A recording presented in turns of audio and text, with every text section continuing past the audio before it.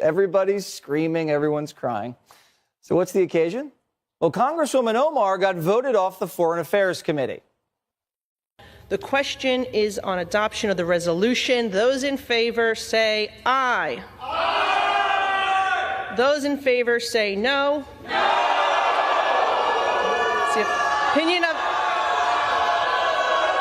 It's the opinion of the chair that the ayes have it and the resolution is agreed to. And without objection, the motion to reconsider is laid on the table. Does that remind you of anything? I'm not sure I've seen a better example of the sort of continued scorn the Democrats have for everyday Americans than what was exhibited last night on Mehdi Hasan's show. He was joined on the air by the execrable Congresswoman from Minnesota, Ilhan Omar. Here she is explaining that Americans are just stupid. These people are just idiots. I really, I'm at the point where it's become really hard to have an intellectual debate with any of these people because the level of stupidity that they are displaying every single day is frankly embarrassing, not just in Congress, but as Americans. And the fact that these people are allowed to say just the most ridiculous things tells you that the dumbing of the United States has arrived, because how else do we get a Trump presidency again? Congress completely exploded after Ilhan Omar was removed from the Foreign Affairs Committee. Democrats immediately started shouting racism, extremism, and political retaliation. But Republicans hit back with one brutal argument nobody in the room could escape. You created this standard first, and suddenly the entire debate changed because this hearing stopped being about one Congresswoman almost instantly. It became a fight over hypocrisy, double standards, and whether Congress even applies rules equally anymore. Democrats called the removal dangerous. Republicans called it accountability. And the louder the room got, the more obvious it became that both sides were really fighting over power. Was founded after 9/11 because they recognized that some people did something and that all of us were starting to lose access to our civil liberties. McCarthy yanked Omar off Foreign Affairs to pay back Pelosi for yanking his people off committees. He didn't want to do it, doesn't think it's right, but he had to do it. You can't let Democrats boot your boys off committees and turn the other cheek. What's good for the goose is good for the gander. You know, how many times are we going to go through this? Ilhan Omar has not just done this once or twice. She has repeatedly made anti-Semitic comments, anti-Israel comments, anti-American comments, to diminish what occurred on September 11th, to then go ahead and compare U.S. military, our nation, to terrorist organizations. I mean, this is completely outrageous, and my colleagues and I are vociferously calling for her to be removed from the House Foreign Affairs Committee. She is a liability to that committee. Think about, when I went to Israel in 2019 and I spoke with citizens there, they for the first time felt the United States was wavering in its support for Israel because of members like Ilhan Omar and Alexandria Ocasio-Cortez. This is enough already. She should be removed. She's a liability to the committee, and she's a liability to the United States of America. Having her in Congress, I think, is very detrimental for our nation. And it's very unfortunate because, she came to this country as a refugee, just like my mother did from Cuba. She should have a profound appreciation for the opportunity that this nation has given her, that she could rise to become a United States member of Congress. But unfortunately, she repeatedly badmouths our nation, and she does it publicly, and is not somebody who should be on the Foreign Affairs Committee representing our nation to other nations. What I am saying is common sense. You're a visitor. You're not even an American. You're a foreign national. You're here because we gave you a visa to be here temporarily, and now you're out there defending and supporting Hamas, a terrorist organization. You need to go.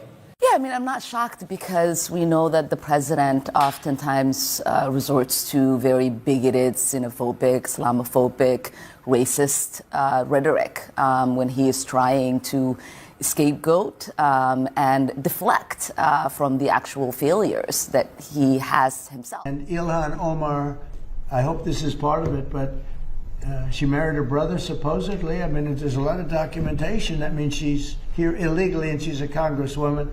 And I hope you're going to be looking at that, or somebody is, all right? Because she's one of the ringleaders here. She's bad news, really bad news. She's so bad for our country. I think I know what the president meant And he clarified later and said, look, if you're not happy in America, leave. Just leave. And I agree with that. You know, when you argue with a fool, you just prove there are two. And I consider Congresswoman Omar, I consider them to be fools. They hate America. They think America was wicked in its origins, and it's even more wicked today. They ought to be thanking America instead of calling America evil and wicked and racist.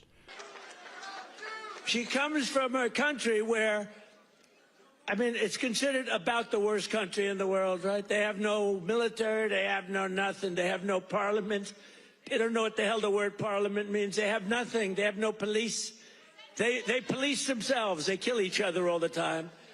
I love it. She comes to our country, and she's always complaining about the Constitution allows me to do this. We ought to get her the hell out. She married her brother in order to get in, right? She married her brother. Can you imagine if Donald Trump married his sister? Beautiful. She's a beautiful person. If I married my sister to get my citizenship, do you think I'd last for about 2 hours, or would it be something less than that? She married her brother to get in. Therefore, she's here illegally. She should get the hell out. Throw her the hell out. She does nothing but complain.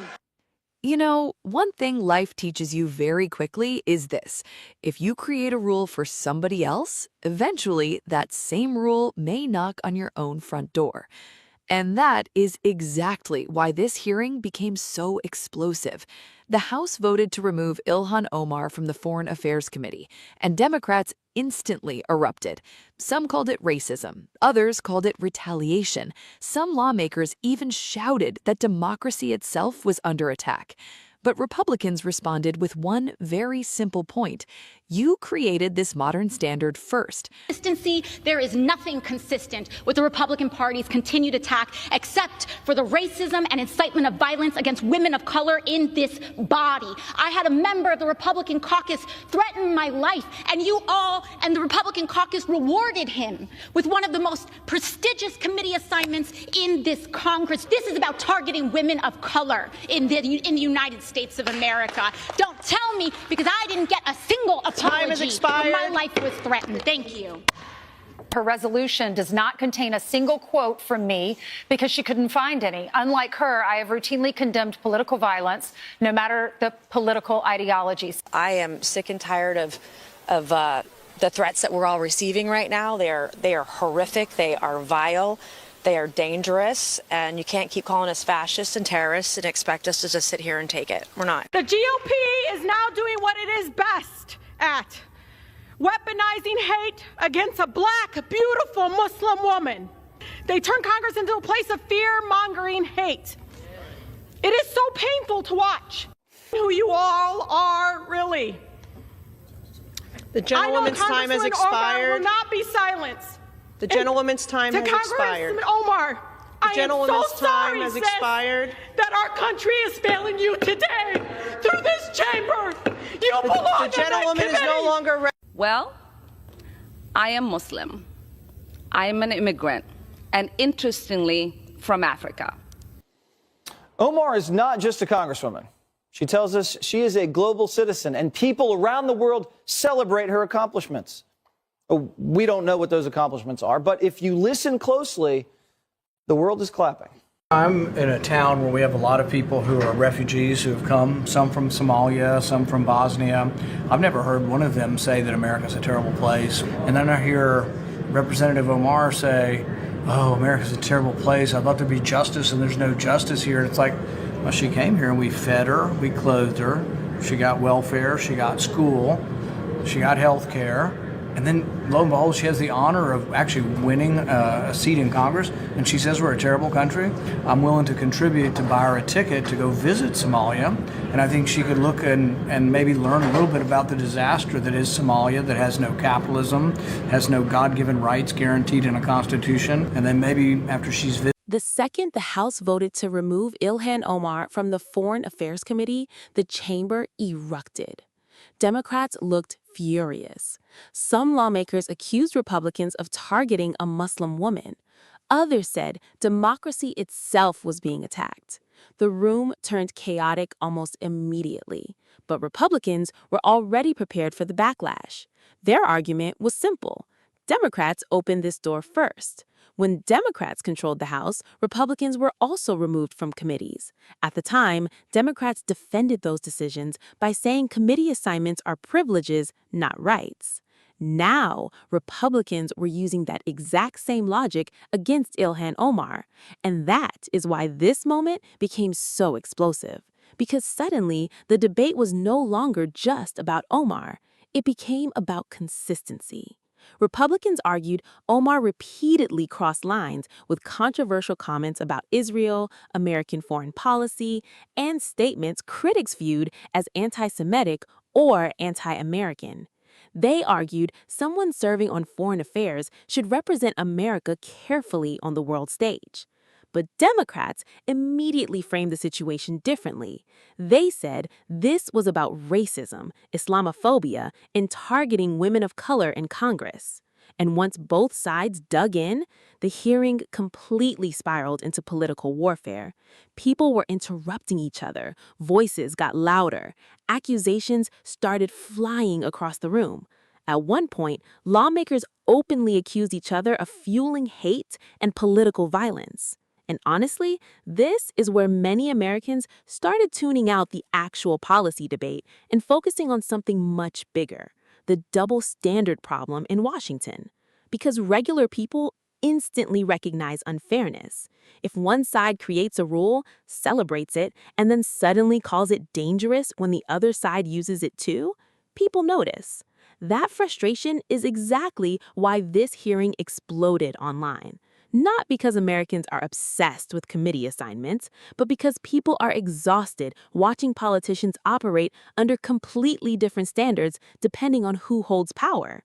And that may be the real story here. Not just Republicans versus Democrats, not just Ilhan Omar, but whether Americans still believe Congress applies rules fairly at all. Because the more politics becomes about retaliation instead of principles, the more public trust keeps collapsing. And judging by the reaction to this hearing, a lot of people think Washington crossed that line a long time ago.